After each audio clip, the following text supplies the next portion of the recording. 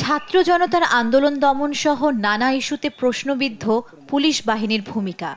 ৫ August Sheikh Hasina সরকারের পতনের পর ডক্টর মোহাম্মদ ইউনূসের নেতৃত্বাধীন অন্তর্বর্তী সরকার পুলিশ সংস্কারের ঘোষণা দেয়। সব শেষ গেল বৃহস্পতিবার সাবেক সচিব সফররাজ হোসেনকে প্রধান করে ৯ সদস্যের পূর্ণাঙ্গ কমিশনের গ্যাজেট প্রকাশ করে।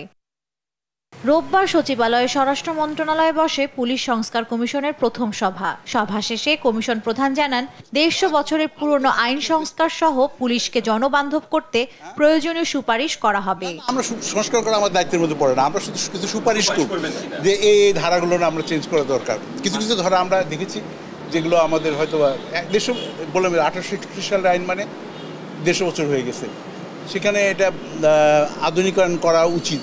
প্রয়োজনীয় তথ্য উপাত্ত সংগ্রহ করা হচ্ছে উল্লেখ করে তিনি বলেন, সময় পেলে সাধারণ মানুষের মতামত চাওয়া হবে। আবার মতামত বিশেষ করে পুলিশ অফিসার প্লাস আমাদের যারা জনসাধারণ উপকারভোগী এবং যারা এক্সপার্ট যেমন লয়ার বা ইভেন আপনাদের কাছে পরামর্শ চাইব, যাতে পুলিশ একটা, আমরা চাই যে একটা গণতান্ত্রিক দেশে পুলিশ একটা ভালো একটা বাহিনী একটা কাজ করুক, বিভাগ কাজ করুক। আর পুলিশ সংস্কার কমিশনকে তাদের চাহিদা অনুযায়ী সার্বিক সহায়তার কথা জানান স্বরাষ্ট্র উপদেষ্টা।